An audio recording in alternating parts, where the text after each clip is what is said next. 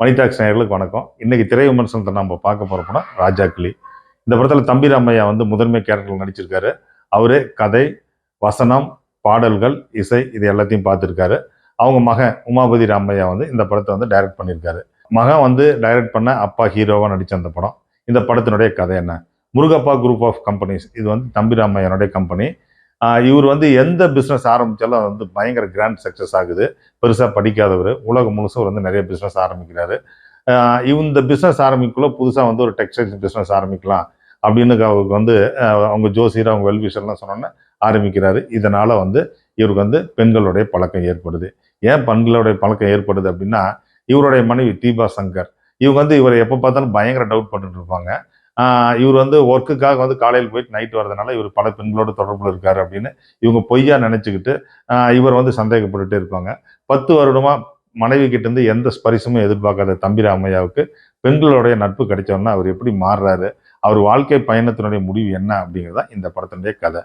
இந்த கதையை பார்த்தீங்கன்னா சரவணபவன் அண்ணாச்சி ராஜகோபாலோடைய கதையை சார்ந்து அல்லது அது அதனுடைய இன்ஸ்பிரேஷனில் எடுத்த மாதிரி இருக்கு. அந்த கேரக்டர் தான் பார்த்தீங்கன்னா தம்பி ராமையா நடிச்சிருக்காரு.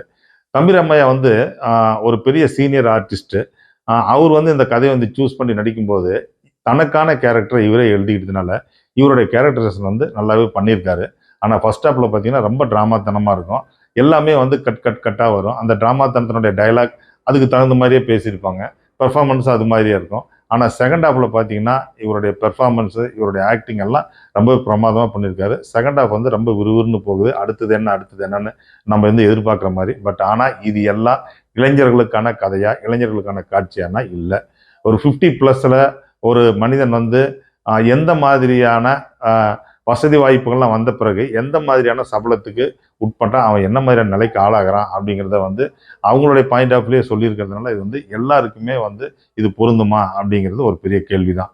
அது மட்டும் இல்லாமல் பெண்கள் பார்த்தீங்கன்னா தீபா சங்கர்லேருந்து இவரு கூட பழகின பெண்கள் எல்லாமே இவருடைய பாயிண்ட் ஆஃப் வியூவில் நல்லவங்களா இருந்தாலும் அவங்களுடைய கேரக்டரைசேஷன் எப்படி எழுதியிருப்பாருன்னு பார்த்தா அவங்க எல்லாமே ஒரு தப்பான நோக்கத்துக்காக இவர்கிட்ட பழகிற மாதிரியாக எழுதியிருப்பாரு. இது எல்லாமே நிஜ வாழ்க்கையில சார்ந்த இந்த கதையை எடுத்திருக்கிறதுனால அது ஓரளவு உண்மையா இருக்குமோ அப்படிங்கிறத நமக்கு பார்க்க தோணுது. அது மட்டும் இல்லாம இந்த படத்துல குறைஞ்ச அளவு கேரக்டரைசேஷன் இருக்கிறதுனால நான் ஏற்கனவே சொன்ன மாதிரி நாடகத்தனமா இருந்தாலுமே இந்த கேரக்டர் சுத்தி வர்றது சில இடங்கள்ல விறுவிறுப்பாகும், நிறைய இடங்கள்ல தொய்வாகவும் இருக்கு.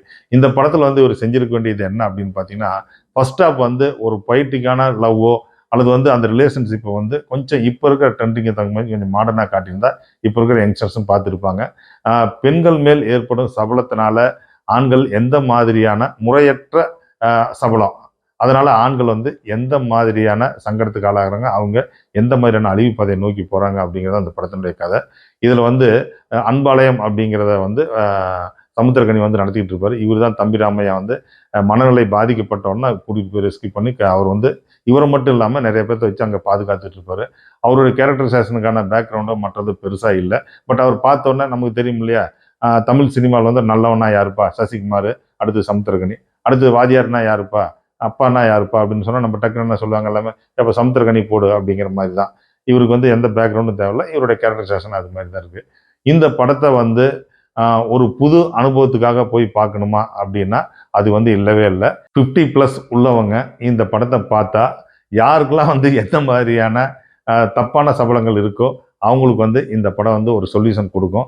அது மட்டும் இல்லாத மியூசிக்கில் ஆண்டவனே ஆண்டவனேங்கிற சாங் நல்லா கம்போஸ் பண்ணியிருக்காரு தம்பி ராமையா. அவர் தான் இந்த படத்தினுடைய மியூசிக் டைரக்டர். இந்த படத்தை நீங்கள் வாய்ப்பு கிடைச்சா பார்க்குறதும் பார்க்காத இந்த ரிவ்யூ பார்த்துட்டு நீங்கள் முடிவு பண்ணிக்கங்க. மணி டாக்ஸ் நேயர்களே, இந்த ரிவ்யூ உங்களுக்கு பிடிச்சிருந்தா நீங்கள் லைக் பண்ணுங்கள், ஷேர் பண்ணுங்கள், சப்ஸ்கிரைப் பண்ணுங்கள்.